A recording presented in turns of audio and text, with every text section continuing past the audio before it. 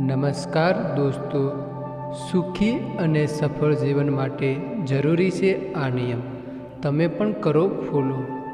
દરેક વ્યક્તિ જીવનમાં સફળ થવા માંગતું હોય છે, પરંતુ એક સફળ જીવનમાં શિસ્ત એ ખૂબ જ મહત્ત્વનો ભાગ ભજવે છે. જીવનમાં શિસ્તનું પાલન કરનાર લોકોનું જીવન વધુ સુખી અને સફળ સાબિત થાય છે. પરંતુ લોકો જીવનમાં શિસ્તનું પાલન કરી શકતા નથી. તો આજે આ વિડીયોમાં અમે તમે એવા કેટલાક મૂલ્યો વિશે વાત કરીશું જેનું પાલન કરીને વ્યક્તિ જીવનને સરળ અને સફળ બનાવી શકે છે. તો પહેલું, કોઈના પર નિર્ભર ન રહો. જીવનમાં બીજા પર નિર્ભર ન રહેવું જોઈએ, કારણ કે તેમાં વ્યક્તિ છેતરાઈ પણ શકે છે. કોઈના પર નિર્ભર રહેવાથી વ્યક્તિ કંઈ કરી શકતો નથી અને નવું શીખી પણ શકતો નથી. આ સાથે વ્યક્તિ જેના પર નિર્ભર છે તેની પાસેથી મદદ પણ મેળવી શકતો નથી. માટે વ્યક્તિએ ક્યારેય બીજા પર નિર્ભર ન રહેવું જોઈએ. બીજું, વધુ પડતા સારા ન બનો. ઘણા લોકો સ્વભાવે સારા અને ખુલ્લા મનના હોય છે.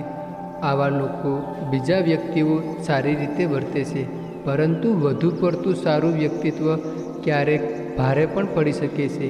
કેટલાક લોકો આવા વ્યક્તિ સાથે ખરાબ વર્તન પણ કરી શકે છે. એટલો જો તમે કોઈની સાથે વધુ પડતો સારો વ્યવહાર રાખો છો તો તે તમને ભવિષ્યમાં નુકસાનકારક પણ સાબિત થઈ શકે છે. ત્રીજું, બધી વાતો લોકો જોડે શેર ન કરો. જો તમે એવા લોકોમાંથી છો જે પોતાની દરેક વાત અન્ય લોકો સાથે શેર કરે છે, તો અહીં આપેલા આ નિયમને ચોક્કસપણે અનુસરો. વાસ્તવમાં વ્યક્તિએ પોતાની વસ્તુઓ દરેક સાથે શેર ન કરવી જોઈએ.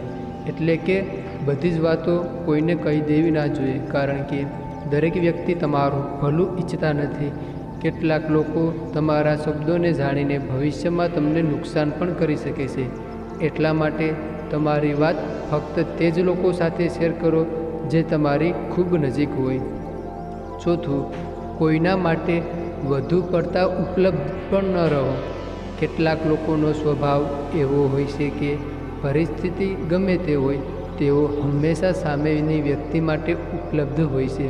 પરંતુ જ્યારે તમે હંમેશા અન્ય લોકો માટે ઉપલબ્ધ હોવ છો, ત્યારે લોકો તમને ટેકનો ફોર ગ્રાન્ટેડ લેવાનું શરૂ કરે છે. તેમની નજરમાં તમારું કોઈ પણ મહત્ત્વ રહેતું નથી. તો મિત્રો, જો તમને આજનો વિડીયો પસંદ આવે તો ચેનલને સબસ્ક્રાઈબ કરી દેજો.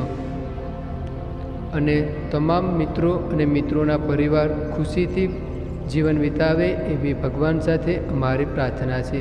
તો તમામ મિત્રોને જય શ્રી કૃષ્ણ. હર હર મહાદેવ.